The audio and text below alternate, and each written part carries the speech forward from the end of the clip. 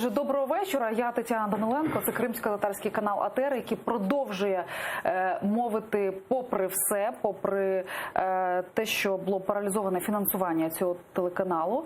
У нас в гостях сьогодні Галина Третьякова, голова Комітету з питань соціальної політики і захисту прав ветеранів, депутат «Слуги народу». Доброго вечора. Вітаю вас. Давно не була. Дякую, що знайшли час дійти до нас. Отже, звичайно, я не можу вас не запитати про ситуацію з каналом АТR, єдиним кримсько-татарським телеканалом в світі. Отже, держава виділила понад 50 мільйонів гривень на фінансування цього телеканалу, а державне казначейство заблокувало перший же транш. Насправді не заблокувало, щойно я розмовляла з головою державної. Це політика, корупція, халатність. В чому справа? Думаю, що це не корупція, не політика, і думаю, що це не халатність, я думаю, що це технічні такі misunderstanding, нерозуміння, бо те, що каже пані Тетяна наразі, голова Державної казначейської служби, це те, що вона проводила ось наразі, там 5-10 хвилин тому завершилася нарада щодо того, чому не можна списати гроші, і потрібно звернутися до Міністерства економічного розвитку на завтра зранку каналу для того, щоб отримати роз'яснення щодо тендерних закупівель, бо тендерними закупівлями займається безпосередньо МЕРТ. От таке роз'яснення. Але те, що каже пан Бородянський, він вже теж вийшов з прес-релізом. І сьогодні на сайті Держказначейства теж є прес-реліз. Завтра зранку ще буде один прес-реліз. Мені здається, що тут нема ніякої злої волі, що потрібно просто це з'ясувати. Якщо там щось буде, якісь нев'язки, будь ласка, телефонуйте мені зранку, мені або моїм помічникам. В законодавстві? Ні, це закупівлі. Телеканал фінансувався... Дивіться, я ж не проводила нараду, да? Я зайшла до вас і побачила, що у вас проблеми з фінансуванням. Кажуть, що заблокувало казначейство. Я звернулася до казначейства. Там кажуть, блокування не було, має бути підстава у зв'язку з тим, що ви як канал мали провадити конкурсні чи тендерні закупівлі. Я не знаю, що це за закупівлі. У мене така точкова інформація, але здається, що наразі Державна казначейська служба знайшла вихід, як вам діяти завтра для того, щоб ці гроші були швидко розблоковані. Мова йде не про 50 мільярдів, все ж таки, а про перший транш з цих 50 мільйонів 4 мільйони з чимось. От те, що вона сказала. Тому я думаю, що ви завтра це питання вирішите. Гаразд. Це ж один день у вас затримка? Будемо з'ясовувати, наскільки я розумію, не зовсім, а проблеми почалися ще наприкінці минулого року, коли кошти були виділені, але не могли реалізуватися, тому що вони були виділені в останній робочий день, ввечері останнього робочого дня. Думаю, що це пов'язано, те, як ви мені розповідаєте, і те, як я розмовляю з казначейством, то справа в тому, що процедура закупівлі і тендерних закупівель, вона не така проста. Навіть коли там я розмовляю з МЕРТом щодо закупівель, мені кажуть, потрібно для того, щоб організувати все, потрібно правильно замовляти, тендерну документацію вірно готувати. Тому мені здається, що тут технічні негаразди, з яких можна дуже швидко вийти. Ви правильно сподіватися, що правильно зробили, що ви вчасно. Але річ в тому, що збіглися в часі дві події. Перша – це те, що був закодований сигнал великих каналів фактично на окупованій території і Крим.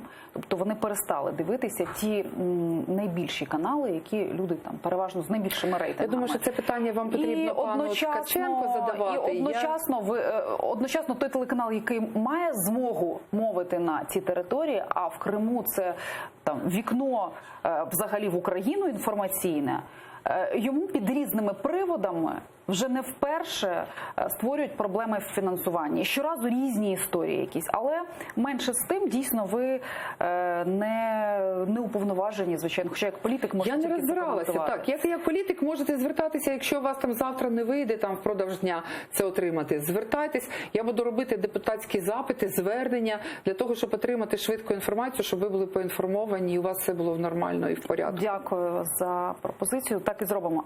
Отже, давайте тоді розпочнемо з такого політичного порядку денного. Сьогодні, безумовно, головна подія, мабуть, і не тільки сьогодні, це взагалі велика подія. Транзит Андріїв. Андрія Богдана президент замінив на Андрія Єрмака. Добре вам знайомого. Як це вплине на роботу державного апарату? Мені здається, що Єрмак за своїм психологічним портретом він є більш схильним до того, щоб йти не з тиском при прийнятті якогось законопроекту, а він вміє домовлятися і знаходити компроміси по різним законопроектам, по різним проектам, які йдуть.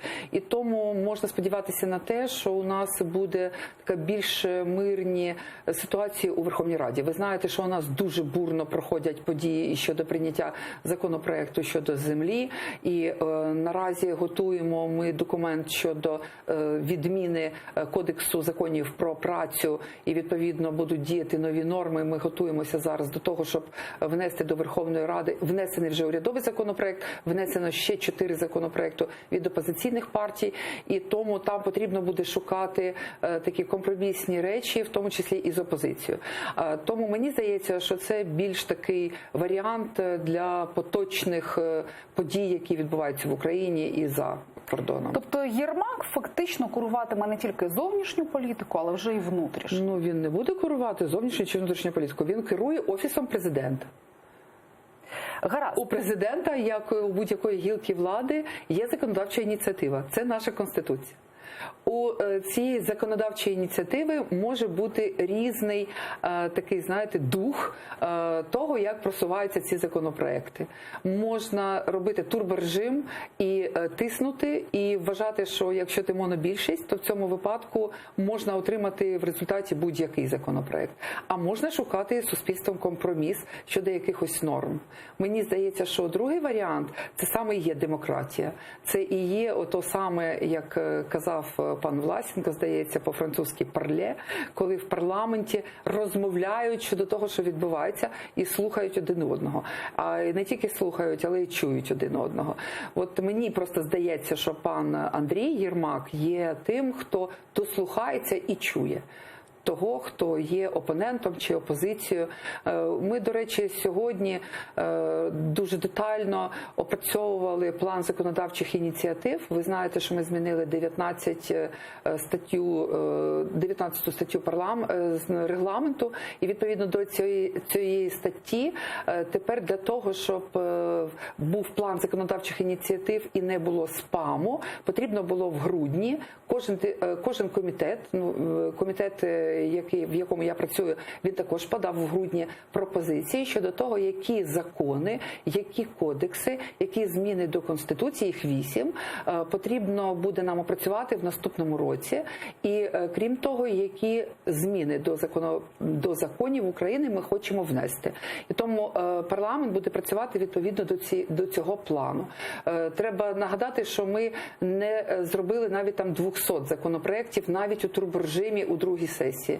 Відповідно, нам працювати цю сесію, третю, і відповідно восени. Чи встигнемо ми чи ні опрацювати, наприклад, біля 300 законопроєктів, це знаки питання. І для того, щоб опрацьовувати саме ті законопроєкти, які потрібні країні, потрібно мати план, іти по плану законодавчої ініціативи. Більше того, обговорюючи законопроєкти, ви знаєте, що там наш комітет йде по повному циклу публічної політики.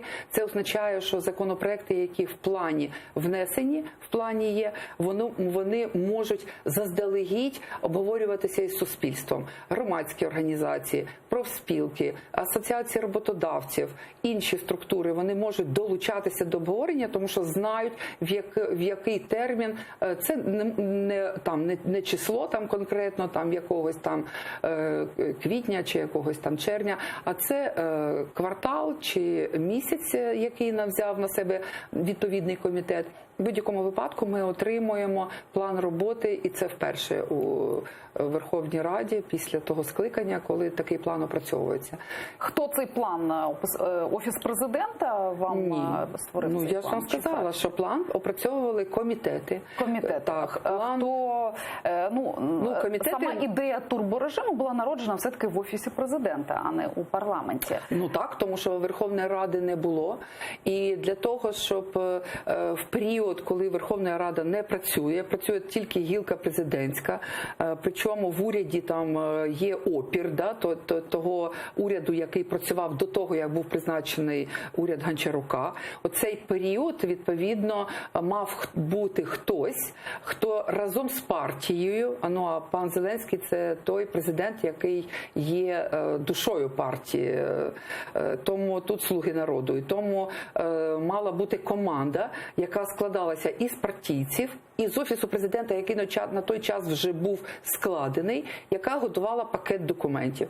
Цей пакет документів готувався і тими кандидатами, хто кандидатував на посаду прем'єра, тими, хто кандидатував на посаду генерального прокурора. І оцей пакет наразі, в тому числі, ми обговорюємо в партії з того приводу, яким чином вони почали працювати. Тому що із прийнятих, там, здається, більше ніж 150, 153, здається, ми закони прийняли. Ви можете статистику подивитися я там до кожної там циферки не знаю, але більше ніж 130 законопроєктів з цих 150 прийнятих президент вже підписав. І таким чином, якщо вони вступили в дію, вони мають давати результати. І ми будемо відстежувати. Турборежим, власне, і був підлаштований під те, щоб законопроекти прийняти і вони почали працювати. Тому що якщо ми хочемо виходити на якісь економічні прориви, то в цьому випадку законопроекти мають бути готові. Витрачати ще рік, ми витратили 5 років попередніх на те, що ми дискутували, щось придумували. Багато з цих законопроєктів, вони були напрацьовані попередніми командами, синктенками, такими громадськими об'єднаннями, які готували такі законопроєкти. І вони були внесені і прийняті. Тепер потрібно очікувати результатів і від того уряду, і від тих законопроєктів. Зараз також багато говорять не тільки про транзит в Офісі президента, але й про прийдешні ротації в уряді. Анонсують їх одразу після того, як парламент завершить розгляд земельного питання, яке також обіцяє бути непростим. І вас називають одним із претендентів на посаду голови Мінсоцполітики, оскільки за деякою інформацією низка оглядачів посилається на власну інсайдерську інформацію. І ми чули навіть заяви президента про те, що він не дуже задоволений роботою нинішньої глави Мінсоцу Юлії Соколовської. Чи ви ведете переговори? Ні, я не йду. Ну, давайте ми зразу відкинемо це те, що я там йду. Кудись я не йду. Я залишаюся головою комітету з питань соціальної політики і захисту прав ветеранів. Залишаюся на своєму місці. Вважаю, що я наразі приношу найбільшу користь і партії, і країні в цілому тим, що готую законопроекти і готую реформи. У нас в комітеті відпрацьована стратегія. У нас є такі 3 принципи і 6 реформ, які ми ведемо. І відповідно до цих принципів і до цих реформ ми готуємо всі законопроекти. Причому ми розуміємо прекрасно в нашому комітеті, що зробити всі реформи разом, я зараз вам їх перерахую, неможливо. Тому ми підтягуємо поступово ті структури, які мають, і ту інфраструктуру, яка має ці реформи забезпечувати. Це реформа трудового законодавства, яку опрацьовує Міністерство економічного розвитку. І відповідно у нас наразі в п'ятницю прийнято рішення про те, що ми візьмемо урядовий законопроект структурно із їх ідеями за той, до якого ми візьмемо всі пропозиції, які нам надали стейкхолдери. У нас вже є табличка. Ми її передали всім учасникам робочих груп, які працюють в комітеті за тим планом, який є на сайті Комітету з питань соціальної політики і захисту прав ветеранів. І ми будемо дивитися, нам потрібно до березня, до середини березня зрозуміти в комітеті, чи будемо ми рекомендувати якийсь з 5 законопроєктів до прийняття його за основу, для того, щоб опрацьовувати потім на друге читання, чи ми будемо той законопроєкт урядовий, який має багато інноваційних речей, доопрацьовувати і внесемо законопроект доопрацьований в комітеті депутатський, чи от він де називається, він доопрацьований називається, дуже часто оцю літеру Д кажуть, що це депутатський. Це не важливо, як ми там будемо це. Зареєстровано вже ще 2 законопроекти опозиції на цю ж тему. Це до урядового. До урядового заопрацьовано 2 альтернативних. Вони насправді дуже схожі до того трудового Житлового кодексу, який внесла пані Королевська, а потім пані Тимошенко як альтернативний. І вони опрацьовані тільки однією стороною, вони були опрацьовані виключно Федерацією профспілок України і профспілками, там не тільки ФПУ долучалися. Щоб глядач розумів, законопроект, про який йдеться, називають такий соціально-вибуховим. Не менш соціально-вибуховим, а можливо і більше, ніж земельне питання. І він, очевидно, викличе не менш запеклі протести, ніж ті, за якими ми спостерігали в листопаді цього року під час першого читання закону про землю, і будемо спостерігати ще найближчого сесійного тижня. Але дозвольте уточнити щодо ротації в уряді. Все-таки я знаю, що ви стикалися як експертка з Олексієм Гончаруком, коли він теж був експертом. Так, БРДО, так. З БРДО, ви неодноразово з ними співпрацювали. З дерегуляцією, працювали над дерегуляцією. Теж створювали різні законопроекти і так далі. Ви задоволені роботою уряду? Ви задоволені тими законодавчими ініціативами, які від них зараз? Так, я задоволена динамікою.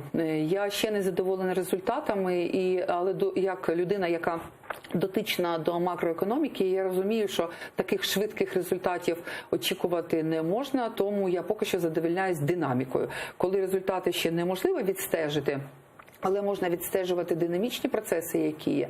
Я задоволена тим, як ведеться наразі перемовини з МВФ, з європейською спільнотою, з Світовим банком. Мені подобається, як пан Оржель, який очолює Міністерство енергетики, як він провів перемовини з МВФом. І те, що це не призвело до того, що у наших платіжках підвищилися ціни на газ не тільки від впливу кон'юнктури, а і від того, що МВФ вимагав в попередні часи, щоб ми ж все ще сплачуємо не ринкову ціну за газ. Ми просто її привели у відповідність до кон'юнктури, тому такого збільшення не відбулося. І уряд довів, що не потрібно робити таких жорстких речей. У нас ще одні перемовини з МВФ щодо запуску другого рівня пенсійного забезпечення. Світовий банк завжди був проти того, щоб ми запускали цю програму, доки ми маємо такі борги перед ними. Натомість, наприклад, Арменія і Грузія за цей час вже запровадили другі рівні пенсійного забезпечення. Арменія навіть запровадила систему, де людина сплачує 2%, роботодавець 2%, а держава ще додає 2%. Таким чином, вони, маючи теж борги державні як такі, вони довели, що та система, яка є солідарна, вона не може справлятися із тим натиском, який є демографічним натиском в їх країні. У нас ситуація ще теж не така добра, можна навіть сказати, що гірше, ніж там армянська чи грузинська. Тому вони доводять, що є речі, що Україна є суверенною державою і потрібно приймати програми, які дають результати саме в українській політиці. Макроекономіка – це така багатофакторна модель, на яку мене мама, поки була жива, вона була доктором, лікарем. І вона казала, що організм людський – це якщо болить голова, це не обов'язково потрібно там щось з головою робити. Може бути так, що десь потрібно в людському організмі зачіпати якісь інші речі. От так вас само про це я хотіла запитати, власне, про макроекономіку. Ви ж добре розбираєтесь в економіці, як експерт також в цій царині працювали не один рік. Дивіться, от ситуація яким чином складається? Теоретично макроекономічна стабільність, дефляція, показники, яких ми не могли досягнути десятиріччями. Дехто називає це найкращою економічною ситуацією. При цьому падіння промвиробництва, неоголошений секвестр державного бюджету, відповідно, падіння зарплат бюджетників, найбільш вразливих, там, вчителів, медиків там, і так далі. І відчуття, що в країні з'явилися гроші, чи росте економіка, в людей немає. Давайте будемо чесними. Чому так? І кому тоді потрібна така макроекономічна стабільність, якщо люди від цього живуть не краще? Дивіться, по-перше, це, я дуже не люблю загальних фраз, що там ні в кого. Давайте не загальні. Давайте по черзі. Наприклад, там. Медик, да? Медик першої категорії отримав в грудні зарплату без надбавок. В січні, тобто якщо в нього там 5 тисяч гривень зарплати, то з надбавками приблизно це 10, так? Він отримав 5 перед Новим роком. Хоча перед Новим роком зазвичай вони отримують значно більше. Так, ну ми знаємо, там і 13 зарплати бувають, і різні, ну більше надбавок в грудні зазвичай. В грудні це відбулося, в січні знову. І ми не знаємо, що буде в лютому, так? Ось та сама ситуація з вчителями. Дивіться, от ви мені кажете, я не володію цифрами щодо цієї конкретної ситуації, щодо медиків і лікарів. Я подивлюсь на неї завтра. Ми запланували у березні, на початку березня, може ми будемо прискорювати. Ну, вчителів зараз затримка зарплат, ну станом от ще кілька днів тому. Ну саме тому, що в казначействі там недоотриманий дохід, да? От так, з цим. Так. І ми перейшли в такий режим оплати в першу чергу там заробітних плат і ще якихось речей. Я подивлюсь, що відбувається. Ми запланували в Комітеті соціальної політики, ми запланували комітетські слухання щодо заборгованості по заробітним платам. Дуже часто, ну, великий відсоток, я зараз вам теж не буду говорити цифру наобум, подивлюся і чітко розповім, який відсоток у нас приватних підприємств, які не сплачують своєчасно, це не держава, це приватні підприємства, які не сплачують своєчасно заробітну плату. І яким чином попередні уряди цю заборгованість оплачували, в тому числі за рахунок державного бюджету, приймаючи отакі або секвестри якихось речей, або розширювали виплату по якихось, ну, наприклад, по пенсіях. Да? От у нас, наприклад, не було заплановано пенсій на надбавок, але прийшли додатково гроші від розмитнення авто до пенсійного фонду і були виплачені перед тим, як почалися гонки виборчі, були виплачені людям для того, щоб отримати політичні дивіденди. Тому це оголило державний бюджет змін до пенсійного фонду щодо розподілу цих додатково, ну, надлишково, можна сказати, над планом надходжень і звернень до Верховної Ради на той момент уряд Гройсмана не провадив. Вони це робили, просто розподіляючи кошти, роздаючи кошти, вони оголювали ті місяці, які йдуть наприкінці. Це я можу вам пояснювати, які обставини. Ні, я чудово розумію ці обставини, думаю, що багато хто про це знає. Але кожної людини цю ситуацію краще, але потрібно розбиратися по кожній галузі. От є там лікарі, треба розбиратися, що там відбувається, яким чином йде фінансовий потік, де там він зупинений. Тому що дуже часто ми стикаємося з тим, що є просто саботаж якийсь або на місцях. Про це теж говорив прем'єр-міністр, в тому числі і у Верховній Раді, про те, що після того, як нова команда прийшла до влади, старі люди і стара команда залишалися на тих місцях, яких є, і вони дуже часто саботують і ті постанови Кабінету міністрів, і нова влада, вона має ці фінансові потоки взяти, в тому числі в організаційному плані, під контроль.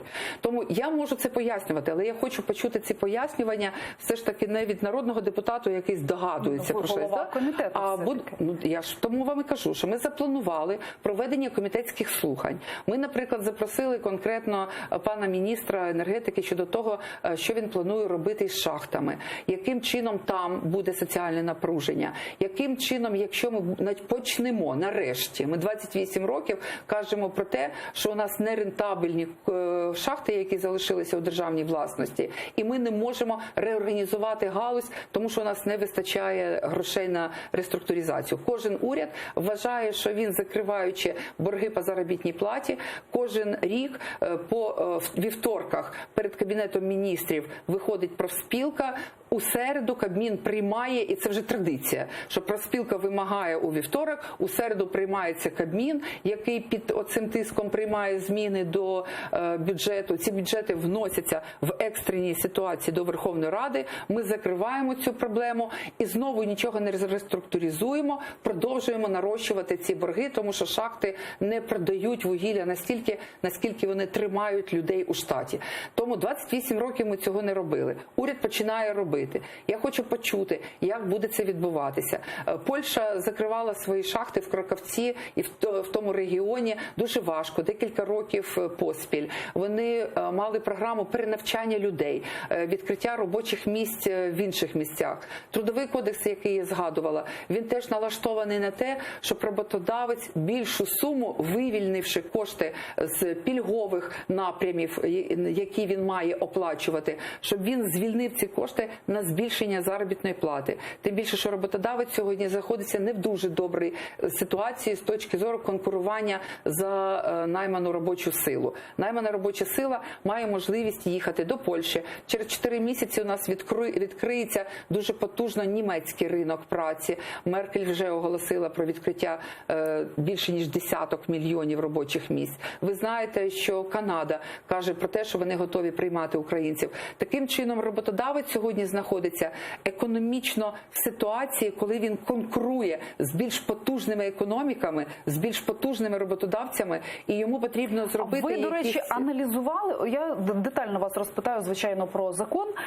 Ви аналізували, загалом, що буде робити держава, коли буде такий відтік робочої сили? Як відомо, робоча сила, тобто працююча людина, фінансує пенсії, фактично. По-простому. Хочу сказати, пенсіонери залишаються або повертаються звідти сюди, а люди виїжджають, так? Це навіть не в тому, що через вони кілька років повертаються. оголить дуже велику проблему. Звісно.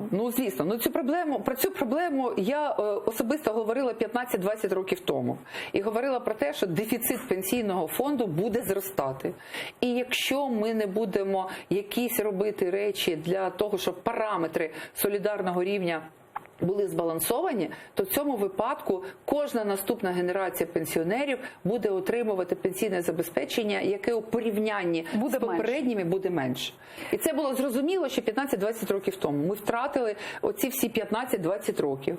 У нас було купа програм, купа грантів, які готували, я не знаю, 15 законопроєктів я точно знаю, щодо запуску другого рівня пенсійного забезпечення. Все це було бездарно, абсолютно втрачено для України. Жоден законопроєкт не було прийнято. Всі законопроєкти були заговорені, причому в дискусіях, які не мали нічого спільного із тим, що має зробити держава для того, щоб забезпечити нам збереження. Що має зробити держава для того, щоб у нас там відродилася довіра до фінансового сектору. Всі законопроекти, які були направлені на відродження довіри, не приймалися. Вони були прийняті у вересні. У вересні було прийнято декілька десяток законопроєктів, які впливали на ринок фінансовий, починаючи із спліта, який переформатував нагляд, про споживче кредитування, декілька змін до податкового законодавства, готуються у комітеті у Даніла Гетманцева ще декілька законопроєктів.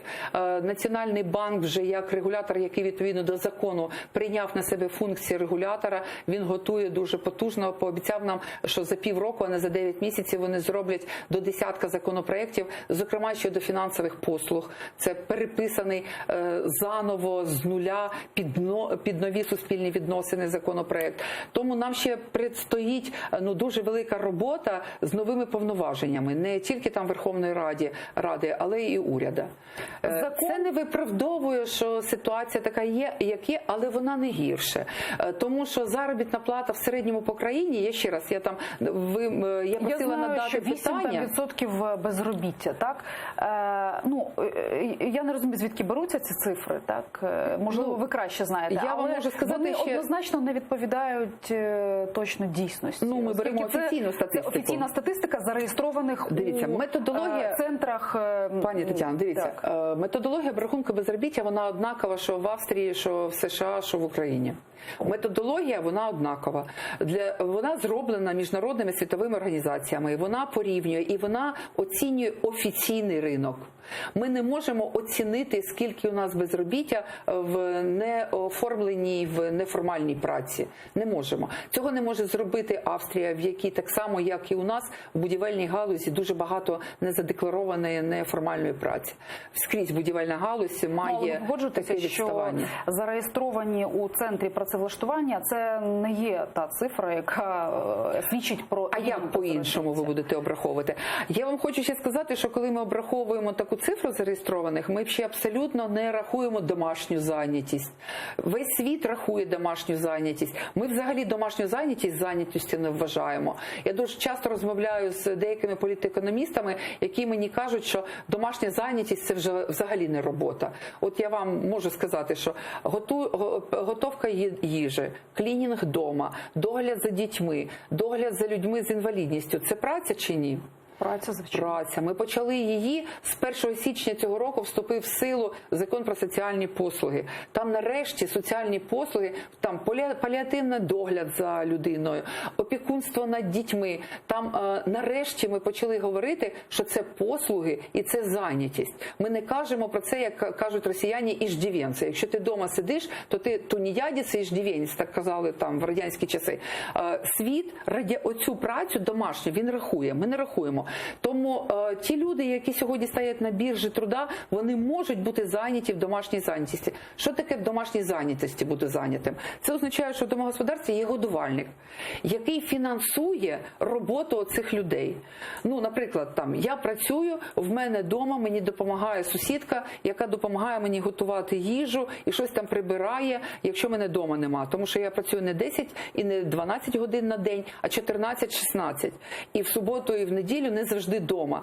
Таким чином, в мене там діти, за ними вони потребують догляду. Цей догляд хтось здійснює. Няня, ну, Гройсман був першим прем'єром, який надав таку послугу, як няня, який доплачує. Чому жінка не може працювати на високооплачуваних посадах, наймати няню, яка теж є домашньою зайнятості? Яким чином регулюються тут відносини? Чи є вони трудовими, якщо няня їсть на кухні разом із родиною? Дуже часто така няня живе разом з людиною. Чи є її труд якось нормований? З точки зору 8 годин на день вона працює, чи 10, чи 12? Скільки вона за це отримує? Я думаю, що тут треба дивитися на досвід тих країн, які вже пройшли ці всі речі. Це все закладено в законі про оплату праці.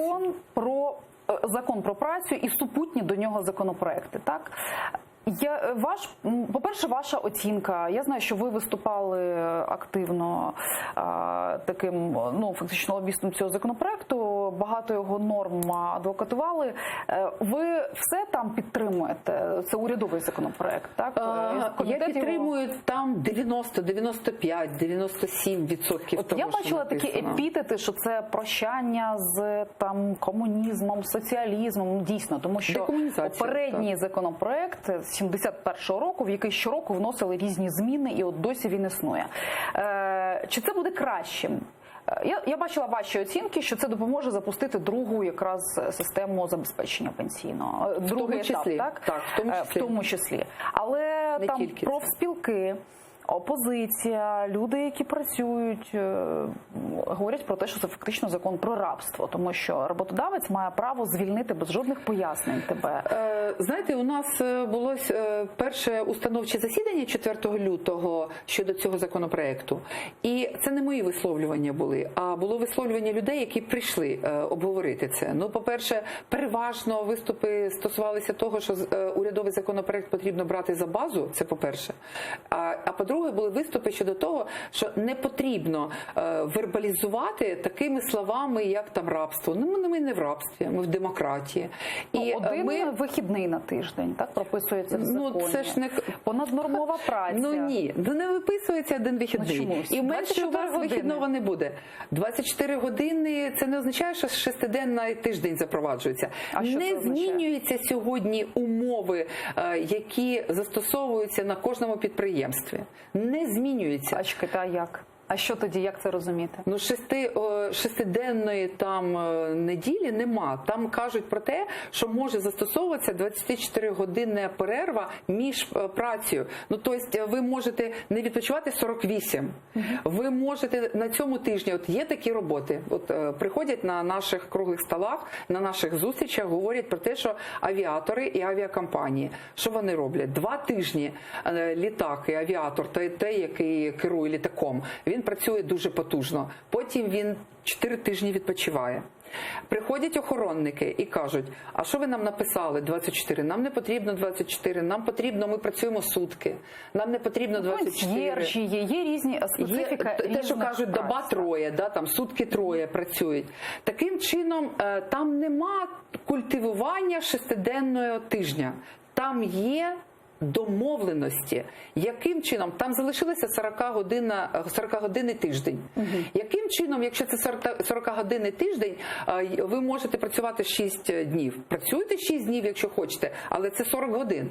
Поділіть на 5, працюйте на 8 години на день, працюйте 6. Домовляйтесь з роботодавцем. Зменшення годин на день роботи – це в тому числі і поступовий вихід на пенсію. Дуже часто говорила про те, що пенсійне забезпечення і перехід на пенсію, він має відбуватися поступово. Для того, щоб організм людини пристосувався до того, що вона вже не працює. Бо для організму це теж стрес, коли докорінно змінюються умови. Організм організмом, але ви точно знаєте, що у нас в Україні що 40-годинний тиждень залишається. Є проблема з тим, що людей після навіть не 45, а вже там 35 років влаштуватися їм на роботу з віком стає дедалі складніше. Відкрийте сайт робота.ua, вимоги до кандидата, там 25 років там, і не більше, там, грубо кажучи, ну, там, до 28, до 35 вирази.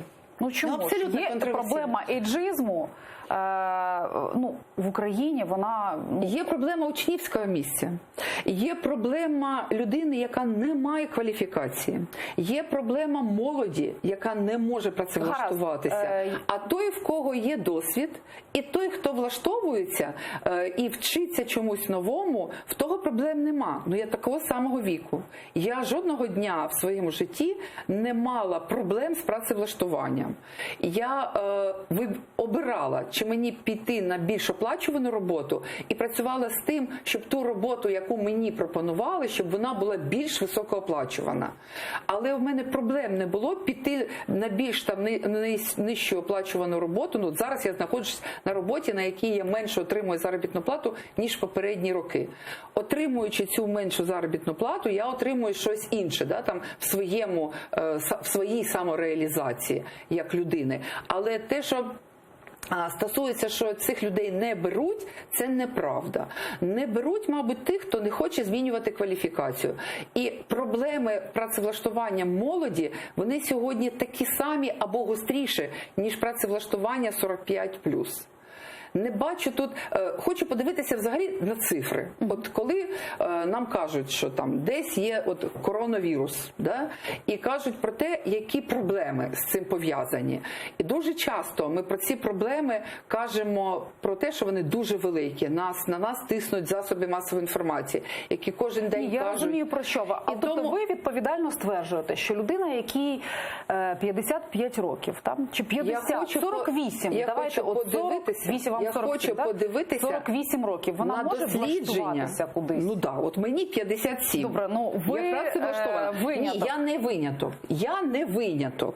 Ніяким чином я не є якимось винятком. Я працювала там в асоціації, яка захищала інтереси в фінансовому секторі. Я готувала, як громадська організація, я була співзасновником з колективом людей, який напрацював комплекс змін до законодавства, яке може привернути нашу соціальну систему з рельсів комуністичних, соціалістичних на рельси ринкових відносин. І це буде на користь кожному. Але це буде на користь кожному тоді, коли людина вільна і гідна, вона бере на себе відповідальність за своє життя. І не чекає, що держава щось має створити. Там, да? Галина, у вашій фракції...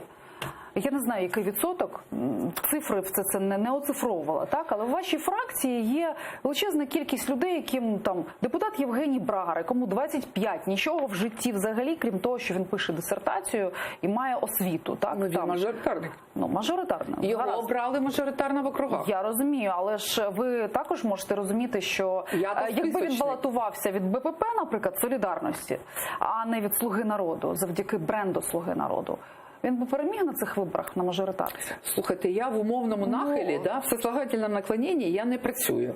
Але вам на тренінгу в Трускавці казали, що ви всі були обрані завдяки бренду Володимир Зеленський, Слуга народу, так? І в цьому ж є правда. Якби в минулому пан Гройсман запровадив зміну соціальної системи разом з паном Порошенко, а пан Порошенко подумав би про те, що йому потрібно перезавантажити соціальну систему. Чи пані Тимошенко, коли вона була прем'єр-міністром, якщо б вона подумала про те, що потрібно робити не ліві комуністичні, соціалістичні якісь речі, а потрібно якось переходити на ринкові умови, то ми б сьогодні мали зовсім іншу країну. От так само і щодо інших там депутатів. От якщо був би Це ж хтось... теж як битологія. Ми не знаємо, яку б ми мали країну, я не якби знаю. пані Тимошенко чи пан Не знаю, Гройсман я не ухвалили ворожка. якісь законопроекти. Не Можливо, ворожка. гірше було, хто знає. Може гірше, може краще. Все-таки про закон про працю і супутні законопроекти. Коли орієнтовно буде винесено на розгляд цей законопроект? Урядовий, я маю на увазі, в першу чергу.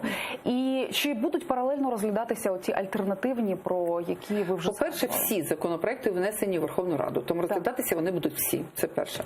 В якій пріоритетності? Ви сказали, що ви сьогодні затвердили пріоритетність. От Ми зараз закінчиться затвердили, земля. що всі пропозиції, які були, і то, що суспільство дуже бурхливо реагувало на урядовий законопроект, ми попросили, щоб всі стейкхолдери, хто бурхливо реагує, надали нам на паперах, що конкретно їх не влаштовує. Так. Ми розбили це на 6 тем, на 3 великих групи. Ці теми є на сайті, у нас вони викладені. Ну, наприклад, там відпустка, відпочинок, індексація чи ні заробітної плати, як вона корелюється з прожитковим мінімумом, який договір, строковий, безстроковий. Ну, от і по цих групах ми попросили надати пропозиції, в тому числі і профспілкам, які обурюються на, як ви кажете, да? Ми попросили надати всі пропозиції. Я не знаю, я не кажу, я не фахівець в законодавстві про працю. Всі пропозиції, я просто обурення читала. Всі профспілки заявили про те, що я не читала вважають обурення людоїдським цей законопроект. Я не читала обурень там від трудових колективів інших, ніж Федерація профспілок України, їх складові. Не читала. У нас присутні на засіданнях комітету і профспілки інші, не тільки Федерація профспілок, у якій дуже складний конфлікт інтересів з Фондом соціального страхування, законопроекти щодо якого теж йдуть в парламенті. Так. Тому треба дуже уважно, особливо журналістам, дивитися, щоб не було підміни понять. Коли ми кажемо про захист прав трудящих, а насправді захищаємо майно, яке незаконно привласнене. Я, до речі, вас про це теж хочу запитати. Про майно профспілок. Тому тут потрібно Федерації профспілок. Тому тут потрібно дуже уважно слідкувати, де яка мотивація в кого. Тому, повертаючись, у нас є 3 теми. 6 таких більш підтем, по яких, як можна сказати, книга щодо кожної проблеми. По них ми попросили зауважень. Ці зауваження зведені в табличку, ви її також можете отримати. Ми її надали всім, хто прийняв участь. Комітет не був закритий, були присутні всі, хто хотіли, вони отримали цю табличку. Ми наразі працюємо з цією табличкою для того, щоб подивитися, ось урядовий законопроект, ось пропозиції. І подивитися, що тут не збалансовано. У робочих групах працюють представники Міжнародної організації праці. Ми звернулися разом з Тимофієм Миловановим до посла ЄС щодо того, щоб був наданий такий геп-аналіз, відповідно, урядовий законопроект Конвенції МОП Директиви ЄС. Чи є якісь розбіжності? Я особисто розмовляла двічі з головою, керівницею нашого комітету з питань європейської інтеграції, з пані Іваною Клімпуш-Цинцадзе, яка робить висновок щодо цього законопроекту. Ви знаєте, що без висновку цього комітету законопроекти винести у Верховну Раду не уявляється за можливе, це порушує регламенти. Тому є висновок комітету, який очолює опозиціонерка, є ЄС, є МОП, всі представники, про які так кричали профспілки, що вони там не дотичні, вони всі дотичні. Профспілки всі запрошені, причому запрошені не тільки ФПУ, а запрошені ті, які в попередні часи запрошені ніколи не були, ті, які боролися за ту саму репрезентативність, яку впровадив пан Янукович. Закон про соціальний діалог приймався саме при Януковичі, і він був підлаштований саме під те, щоб керувати громадськими організаціями профспілки. Вони називаються у нас громадські організації в Конституції. Таким чином, всі залучені до цієї роботи. Що ми хочемо? Всі народні депутати в Комітеті з питань соціальної політики і захисту прав ветеранів. Ми хочемо отримати оцей аналіз, що пропонують стейкхолдери, що пропонує уряд, і намагаємося знайти тут компроміс, якщо там є необхідність уточнити щось. Бо вже сьогодні розгляд на тих робочих групах, що відбувся, сьогодні, здається, 4-та робоча група вже засідала, каже про те, що просто читають урядовий законопроект з усілякими страхами. Ну, як сказала мені моя одна партійка, доктор юридичних наук, яка викладає трудове право, що не таке вже так страшне, каже, я почула, що вони там кажуть, подивилася текст, не такий він вже і страшний. Ну, потрібно виправляти його, можна виправляти там на друге читання. Це проект закону. От інсинуації щодо того, що він там перетвориться в якийсь, і що це будуть там кандали, да, раби там і таке інше, ці слова, вони, здається, не мають під собою якоїсь основи. Нема також того, що когось там не залучають до розмови. Є організації, які не хочуть сідати за стіл перемовин, які діють у спосіб шантажу до влади, в тому числі до Комітету соціальної політики. Ви не вважаєте партнерами, так, от Федерацію профспілок, я маю на увазі? Я вважаю партнерами будь-якого стейкхолдера, який конструктивно подає пропозиції до тексту закону. А той, хто намагається створити з цього політичний процес, який не є конструктивним, не розглядає тексти постатейно і попоправочно, і не розмовляє про те, як змінити, щоб там не було порушень, якщо комусь здається, що там порушення є, давайте вичекаємо фразу так, щоб там не було порушень. Так оце робота над тим текстом, який би в результаті не порушував жодного права. А те, що було, то був галас, який був абсолютно деструктивний, причому галас з фальшстартом, тому що ніхто ще не почав нічого робити. І ще не прийнято рішення комітету навіть. Не те, що там рекомендувати прийняти за основу чи там і в цілому. Там, да? Взагалі цього рішення не прийнято. Європейській, та будь-де в світі зміни в такій сфері чутливі, вони завжди викликають велике соціальне збурення. Погодьтеся, що якби в будь-якій європейській країні ухвалювали будь-яку одну норму з цього законопроекту. Ми війшли в діалог, в трилог, в 4 лог, да, розмовляємо з усіма сторонами, всі сторони залучені. Що тут поганого? Ну, я не бачу тут якогось обурення і такої конотації боротьби. Нема тут, і я неодноразово казала це на засіданнях робочих груп, нема бажання у жодного народного депутата зробити комусь зле. Чому вдруг хтось вирішив, що хтось буде робити щось зле комусь із людей України? Звідки взялося таке...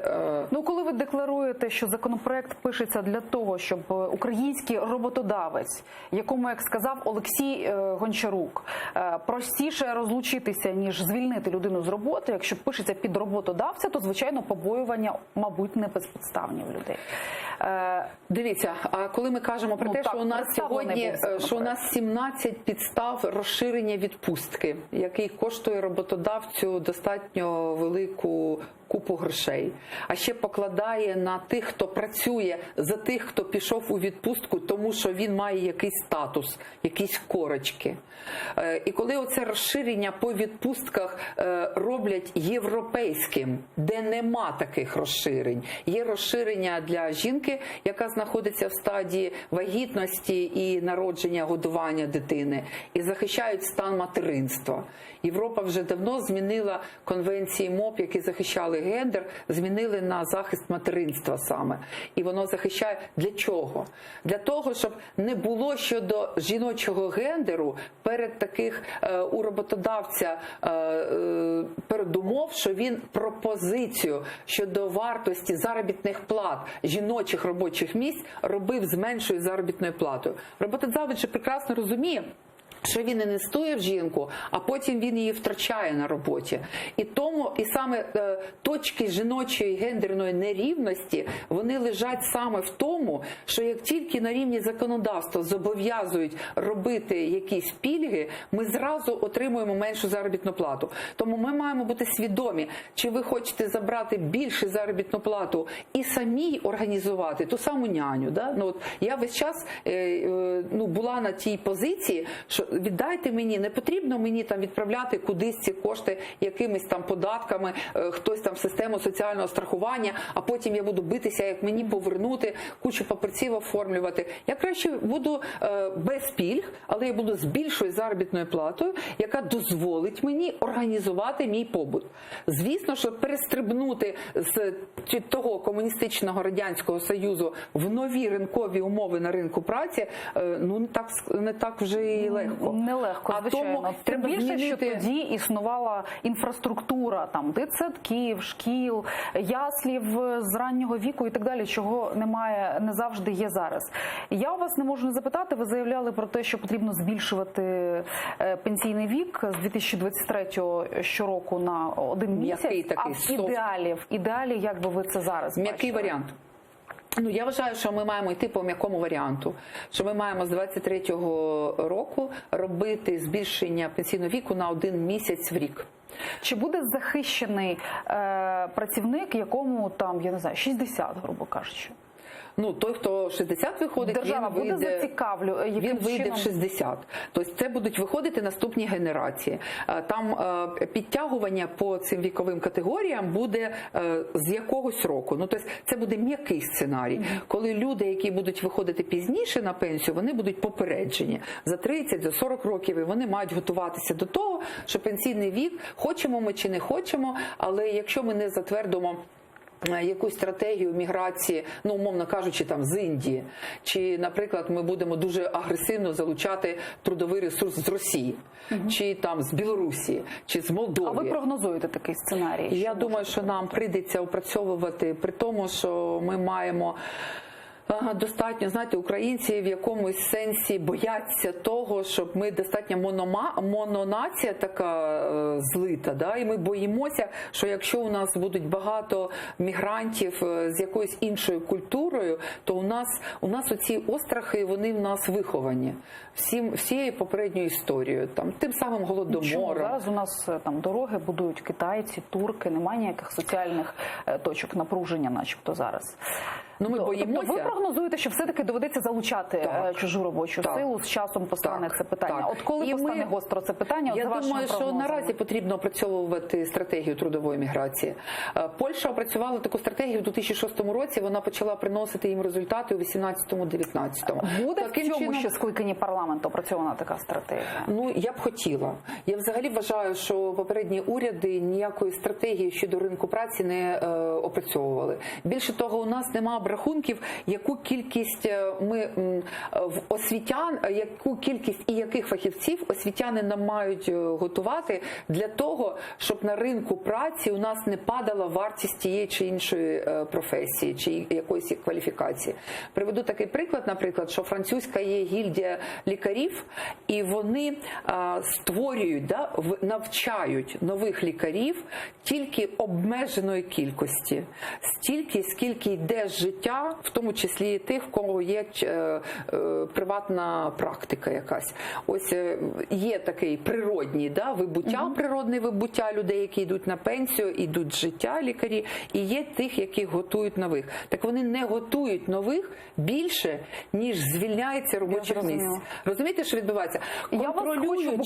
Контролюючи пропозицію робочої сили, вони тримають рівень заробітної плати. Так само роблять американці. Якщо б ми були настільки розумні раніше, то ми б прогнозували, що нам потрібні юристів, от потреба у юристах от така, наприклад, 1 мільйон осіб нам потрібно. І вони вибувають з професії от з такою швидкістю. І ми готуємо рівно стільки, то ми могли б, якщо у роботодавців є попит на цю силу, а пропозиція йде 1 в 1, то можна дуже просто розмовляти про вартість робочої сили, і вона буде триматися на тому рівні заробітної плати. Дуже цікава пропозиція. Будемо стежити за вашими ініціативами. В цьому не встигла у вас запитати, оскільки ефірний час завершується, про те, чи потрібно перезавантажувати Мінсоц. Не зрозумів. Потрібно. Ну, я думаю, що там потрібно ці департаменти. У нас дуже багато так званих програм. Ну, я не в очільниках, я кажу про структуру. Про структуру. Да, дивіться, я не стільки покладаю там на, що прийде якийсь там, як моя подруга казала, могучий богатир якийсь прийде, і він там все переверне. Я вважаю, що має бути системна, кожноденна робота. Вона, менеджерування міністерства, це таке саме менеджерування, має бути команда, не одна людина, має бути команда, яка робить реформи, має бути структура, під яку потрібно перезавантажити міністерство. Тут зараз є ця команда? Ну, я хочу сказати, що Юлія Соколовська, я роботою її задоволена як голова комітету соціальної політики. Вона звітує. У нас ми з різними міністерствами працюємо, і вони по-різному доповідають про свою роботу. В Міністерстві соцполітики, наприклад, налагоджений інформаційний канал щодо інформування комітету, що відбувається. Я чула про це, що вони комунікують. Так. Що ж, мушу дякувати вам. Галина Третьякова, голова комітету з питань соціальної політики і захисту прав ветеранів, була гостею нашої програми. На цьому сьогодні ставимо крапку. Побачимося рівно за тиждень. Дякую, що були з нами.